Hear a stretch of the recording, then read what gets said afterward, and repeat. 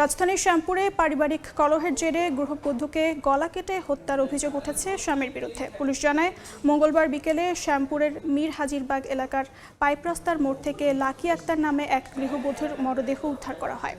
প্রাথমিক তদন্তের পর পুলিশ জানায়, সোমবার রাতে পারিবারিক বিষয়ে স্বামী স্ত্রীর মধ্যে বাগবিতণ্ডা হয়। পরদিন দুপুর পর্যন্ত ঘর থেকে কোনো সাড়া শব্দ না পেয়ে এবং বাইরে থেকে দরজা বন্ধ দেখে প্রতিবেশীদের সন্দেহ হয়। এক পর্যায়ে দরজার ফাঁক দিয়ে লাকিকে রক্তাক্ত অবস্থায় মেঝেতে পড়ে থাকতে দেখে পুলিশে খবর দেয় প্রতিবেশীরা।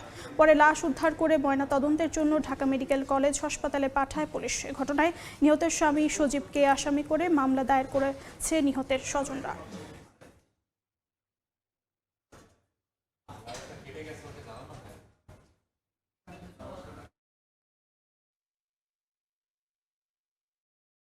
গতকাল ভোরে আর কি সেই সময় তাদের হয়তো গর্ব হয়েছে হয়তো চলছে, পরে তারা যে সজীব আর কি যে আসামি জামাই চাকু দিয়া জবাই করে তারপরে মারা ফেলাইছে।